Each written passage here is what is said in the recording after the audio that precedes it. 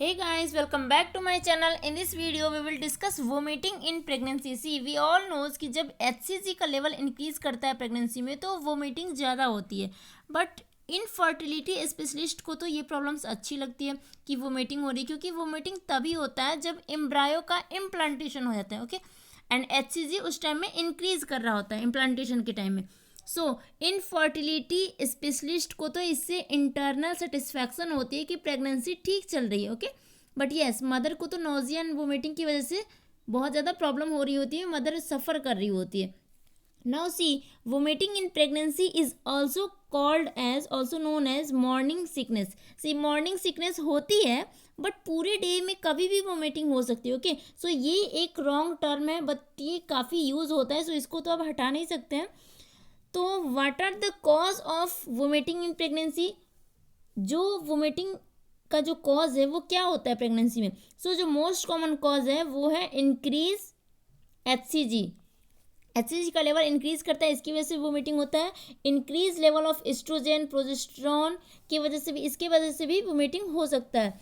And increase लेप्टिन्स, increase GH रेलिन की वजह से भी वोमिटिंग प्रेजेंट करता है.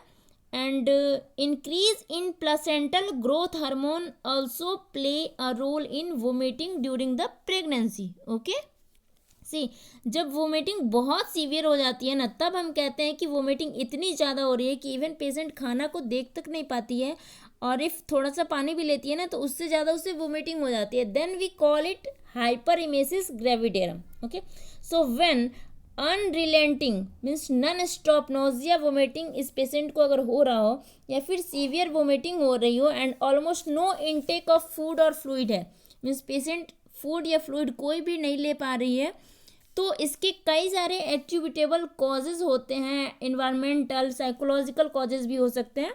इसके अगर हम सिम्टम्स को देखें तो पार्टिकुलरली हाइपरइमेसिस का जो सिम्टम है, हाइपरइमेसिस ग्रेविडेरम है, इसका सिम्टम है. तो पेशेंट इसमें क्या होता है ना कि सीवियर वोमिटिंग की वजह से क्या होता है, पेशेंट आपको डिहाइड्रेशन में चला जाता है. ओके, तो डिहाइड्रेशन में पेशेंट जाएगा, सिग्निफिकेंट वेट लॉस हो सकता है. And because of repeated vomiting, bar bar vomiting होने की वजह से पेशेंट एल्कोलोसिस में प्रेजेंट कर सकता है. एल्कोलोसिस में जो HCl होता है ना, हाइड्रोक्लोरिक एसिड, वो डिक्रीज कर, उसका लॉस होने लगता है हाइड्रोक्लोरिक एसिड का, इसलिए पेशेंट एल्कोलोसिस में प्रेजेंट करता है. और पेशेंट को हाइपोकैलेमिया हो जाता है. माइल्ड लीवर डिसफंक्शन भी हो सकता है पेशेंट को. सी, हाइपरइमेसिस में पेशेंट कभी कभी स्टारवेशन कीटोएसिडोसिस के साथ भी प्रेजेंट कर सकता है. Okay, you all knows that कि जब ग्लूकोज का यूटिलाइजेशन नहीं होता है ना, तब कीटोन बॉडीज बनने लगते हैं. जब भी बॉडी में ग्लूकोज का यूटिलाइजेशन नहीं होगा तो कीटोन बॉडीज बनने लगते हैं, क्योंकि फैट को हम यूटिलाइज करते हैं एनर्जी के लिए. ओके, तो ये आप डायबिटीज़ में भी देखते हो कि कुछ ऐसा ही स्टारवेशन होता है कि ग्लूकोज यूटिलाइज नहीं हो रहा होता और कीटोन बॉडीज़ का फॉर्मेशन होने लगता है. ओके, जब शुगर सर्कुलेशन में ही नहीं होता है तो स्टारवेशन तो होगा ही ना.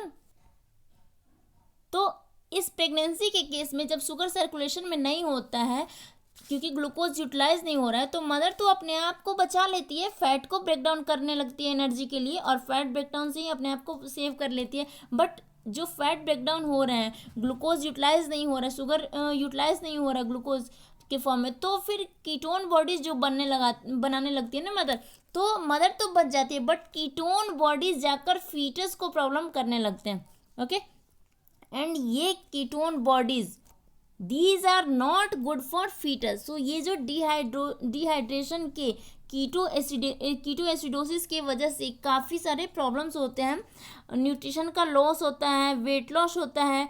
ओके, सी, इस प्रेगनेंसी में दूसरे मेडिकल या सर्जिकल डिसऑर्डर्स भी हो सकते हैं जिससे एक्सेसिव वोमिटिंग हो सकती है. ओके, तो सिर्फ आपको ये नहीं सोचना है कि प्रेगनेंसी की वजह से वोमिटिंग हो रही है. तो डिफरेंशियल डायग्नोसिस आपको हमेशा अपने दिमाग में रखना होगा कि मे भी हो सकता है इसको किसी और वजह से वोमिटिंग हो रही हो इतनी ज़्यादा, अगर हाइपरइमेसिस ग्रेविडेरम है तो. जैसे कि इस प्रेग्नेंट फीमेल को हो सकता है कि गैस्ट्रोइंटेराइटिस हो सकता है हेपेटाइटिस हो, पैनक्रेटाइटिस भी हो सकता है जिसकी वजह से वोमिटिंग प्रेगनेंसी में हो सकती है. एक्यूट कोलेसिस्टाइटिस हो सकता है, हाइड्रोनेफ्रोसिस के केस में भी होता है.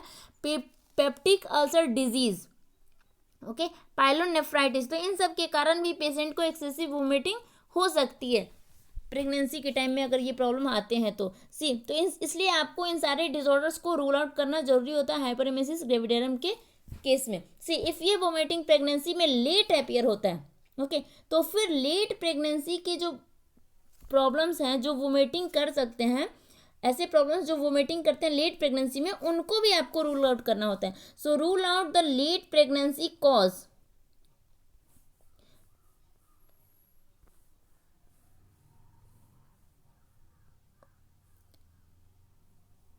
तो लेट प्रेगनेंसी कॉज में क्या हो सकता है, आपको प्री इक्लैम्प्टिक टॉक्सीमिया के केस में हो सकता है, फैटी लीवर अगर हो तो भी इसमें भी पेशेंट जो है वो वोमिटिंग के साथ में प्रेजेंट करता है। Now C maternal problems due to much of vomiting, excessive of vomiting, बहुत ज़्यादा वोमिटिंग की वजह से मैटरनल प्रॉब्लम क्या क्या होती हैं, तो इससे ईसोफेजियल टीयर हो सकता है अगर एक्सेसिव ब्लीडिंग हो रही है, सॉरी एक्सेसिव वोमिटिंग हो रही है तो कार्डियक रप्चर भी हो सकता है।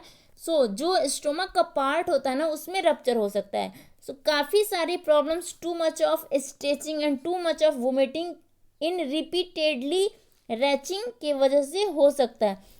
पेशेंट को हो सकता है मेलोरी वेस टीयर, इसोफेजियल टीयर, जिसको हम बेयरहाफ सिंड्रोम भी कहते हैं, और पेशेंट को डायफ्राग्मेटिक टीयर भी हो सकता है। ये बेयरहाफ सिंड्रोम जो है ये आप सर्जरी में पढ़ोगे।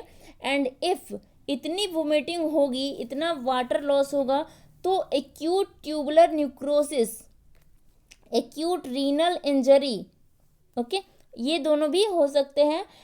एक ऑब्वियस है कि इस पेशेंट को डिप्रेशन भी रह सकता है ना, because of not able to eat और not enjoying anything around her, क्योंकि वो कुछ खा नहीं पा रही है, कुछ भी अपने लाइफ को एंजॉय भी नहीं कर पा रही है, तो इसलिए वो डिप्रेशन में चली जाती है कभी कभी।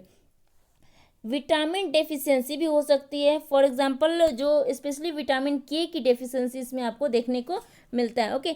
तो इसके वजह से पेशेंट को हाइपोप्रोथ्रम्बिनेमिया ये भी हो सकता है, और पेशेंट को विटामिन B1 मीन्स थायमीन की जो है ना उसकी भी डेफिशिएंसी हो सकती है, जिसे हम वर्निक इंसेफेलोपैथी भी कहते हैं। नाउ सी इस हाइपरइमेसिस के वजह से ऑब्स्टेटिक प्रॉब्लम्स क्या क्या हो सकती हैं।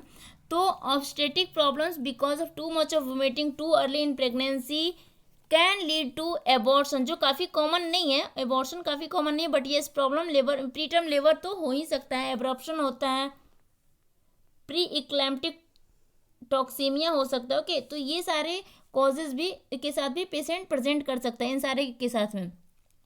So now see the treatment of vomiting. तो वोमिटिंग को सीवियरिटी के अकॉर्डिंग हम ट्रीट करते हैं पेशेंट को, ओके। तो अगर माइल्ड वोमिटिंग है तो उसमें अलग ट्रीटमेंट होगा, मॉडरेट में अलग होगा, एंड सीवियर वोमिटिंग में अलग ट्रीटमेंट होगा। First focus on the diet modification. अगर माइल्ड वोमिटिंग है तब, मैंने ये नहीं बोला सीवियर में, माइल्ड अगर वोमिटिंग हो रही है देन आपको सबसे पहले डाइट पे फोकस करना होगा, डाइट मॉडिफिकेशन करना होगा, like frequent small feed, means थोड़ा पेशेंट को एडवाइस करना चाहिए कि वो कम कम खाए और थोड़े टाइम इंटरवल पे खाए, ओके। मॉर्निंग टाइम में ड्राई बिस्किट्स ले, okay, in the morning empty stomach, खाली पेट में। She should stop eating before satiety. इसका मतलब क्या है कि जैसे खाना खाने के बाद एक इंटरनल सेटिस्फैक्शन आता है ना कि खाना खा लिया, मतलब भरपेट खाना खा लिया, तो वो जो डोज होता है, वो जो सेटाइटी आती है, उससे पहले ही उसे खाना छोड़ देना चाहिए। She should stop eating before satiety, okay. तो इससे क्या होता है ना कि वोमिटिंग थोड़ा सा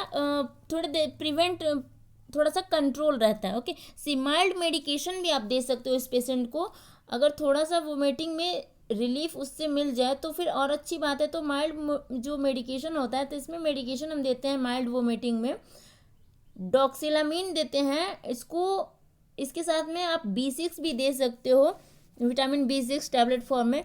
तो डॉक्सिनेट के नाम से काफ़ी पॉपुलरली हमारे कंट्री में ये यूज़ किया जाता है, ओके। तो doxylamine is a very good antiemetic, जो एक माइल्ड एंटीमेटिक है जिसकी कोई भी टीरेटोजेनिक साइड इफेक्ट नहीं होती, ओके। ये सेफ है प्रेगनेंसी में। So in the moderate level of vomiting में इसमें हम ओरल ड्रग टैबलेट जो है ना वो थोड़ा सा स्ट्रॉन्ग देना स्टार्ट कर देते हैं।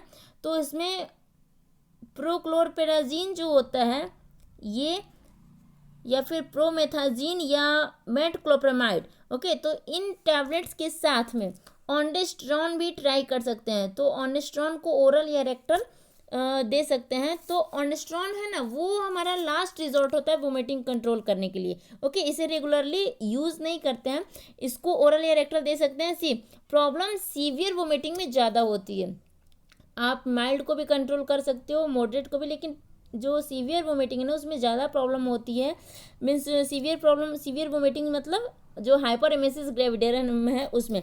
तो इसमें जब भी पेशेंट क्या होता है ना कि फूड और फ्लूइड कुछ भी टॉलरेट नहीं कर पा रहा होता है, और पेशेंट इतना सिक होता है ना कि पेशेंट डिहाइड्रेशन, वेट लॉस और कीटोएसिडोसिस में जा रहा होता है, जो कि मैं पहले बताए।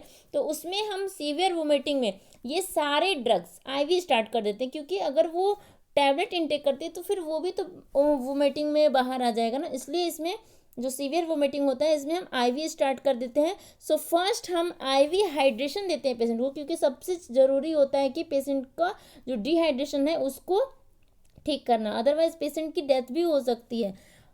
तो हाइड्रेशन देते हैं। हाइड्रेशन में हम यूज़ करते हैं नॉर्मल सलाइन या फिर रिंगर लैक्टेट, ओके। और डेक्सट्रोज कंसनट्रेटेड भी दी जा सकती है इसमें, ओके। तो सीवियर फॉर्म ऑफ वोमिटिंग में स्टार्वेशन, कीटोएसिडोसिस की साइकिल को तोड़ने के लिए नॉरिशमेंट देनी होती है, ओके। तो ओरल तो दे नहीं सकते हैं, तो आईवी डेक्सट्रोज का भी काफ़ी अच्छा रोल है। तो 25% तक डेक्सट्रोज 8 आवरली आईवी देते रहते हैं, जो कि 100 ml की आपको बोतल आती है, ये दे सकते हैं। या फिर 10% डेक्सट्रोज की भी बोतल दी जा सकती है, ओके। तो जो थोड़े से लार्ज वॉल्यूम में होते हैं, 10% डेक्सट्रोज जो होता है वो थोड़ा ज़्यादा वॉल्यूम में होता है। शुगर्स तो उतनी ही जाती है, बट उसमें 25% डेक्सट्रोज ये देने से ना पेशेंट को थोड़ा रैपिड रिलीफ मिलने लगता है, क्योंकि जो शुगर्स आते हैं ना तो शुगर्स का प्राइमरीली यूटिलाइज होने लग जाता है for providing ATP to the body. तो जब शुगर इंक्रीज कर जाता है बॉडी में तो वो डायरेक्टली यूटिलाइज होने लग जाता है। बट कई डॉक्टर्स कहते हैं ना कि इसकी कोई नीड नहीं है, जो normal level of sugar in 5% dextrose है या फिर 10% डेक्सट्रोज है तो ये भी हम दे सकते हैं। बट शुगर्स से बेनिफिट ही होगी, किसी तरह का स्टार्वेशन या कीटोएसिडोसिस पेशेंट को नहीं होगा।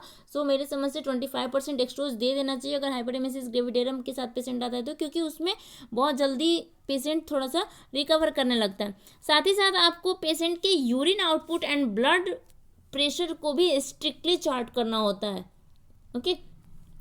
सीरम यूरिन कीटोन लेवल को भी मॉनिटर करना इसमें ज़रूरी हो जाता है। तो इतनी वोमिटिंग हो रही है जिसकी वजह से आईवी फ्लूइड देनी पड़ रही है, तो इसमें जो ड्रग्स होते हैं ये आपको होते हैं आईवी प्रोमिथाजीन, आईवी प्रोक्लोपेराजीन एंड आईवी मेटक्लोप्रामाइड, और आईवी ऑन्डेस्ट्रॉन भी यूज़ करना पड़ता है, ओके। तो इनको यूज़ करने से पेशेंट की कंडीशन में काफ़ी रिलीफ मिलता है। Now C a very important information, if intractable vomiting है, इंट्रैक्टेबल वोमिटिंग मीन्स आप कुछ भी कर लें वोमिटिंग स्टॉप नहीं हो रही है, तो फिर आपको पैरेंटेरल या एंड इंटरल जो न्यूट्रिशन है वो देना पड़ता है, because she is suffering from very severe loss of weight and severe dehydration and intractable vomiting. So ये जो सीवियर वोमिटिंग इन प्रेगनेंसी होती है ना ये मोस्टली जब HCG हाई होता है around 66 day of pregnancy, means जो 9 वीक्स 3 डेज 9 वीक 3 डेज, तो इस टाइम में ये सबसे ज़्यादा HCG का लेवल हाई होता है, ओके। तो इससे 1-2 वीक पहले 1 to 2 वीक पहले से लेकर इससे 1 to 2 वीक बाद तक वोमिटिंग होती रहती है पेशेंट को। तो 12 वीक तक की प्रेगनेंसी में वोमिटिंग मोस्टली होती ही रहती है, एंड जो माइल्ड वोमिटिंग है वो 12 वीक तक अप्रॉक्स सेटल हो जाती है, जिसको भी माइल्ड वोमिटिंग हो रहा हो। सो जो हाइपर इमेसिस है तो हाइपर इमेसिस का अपर लिमिट होता है 66 डेज, ओके। एंड मैंने बताया कि वोमिटिंग 12 वीक तक सेटल हो जाती है, बट हो सकता है किसी को हाइपर इमेसिस हो, तो हाइपर इमेसिस है तो उस केस में वोमिटिंग आपको 16 वीक तक almost all patient relieve of the vomiting. Means अगर हाइपरमेसिस ग्रेविडेरम भी है किसी को तो वो भी 16 वीक तक सेटल हो जाता है। ओके, बट इफ़ उसके बाद भी किसी पेशेंट को वोमिटिंग हो रहा है, 16 वीक तक कंटिन्यू रहता है and after that it will subside कर जाता है। तो अगर 16 वीक के बाद भी अगर किसी को वोमिटिंग कंटिन्यू रहता है देन आपको अदर कॉजेज़ को भी रूल आउट करना जरूरी होता है, क्योंकि प्रेगनेंसी की वजह से वोमिटिंग जो होती है ना वो मोस्टली 16 वीक तक सेटल हो जाती है। मैंने 2-3 बार बता दिया। हाइपरमेसिस ग्रेविडेरम के केस में भी 16 वीक से ज़्यादा वोमिटिंग नहीं चलती है। Okay, so that's all.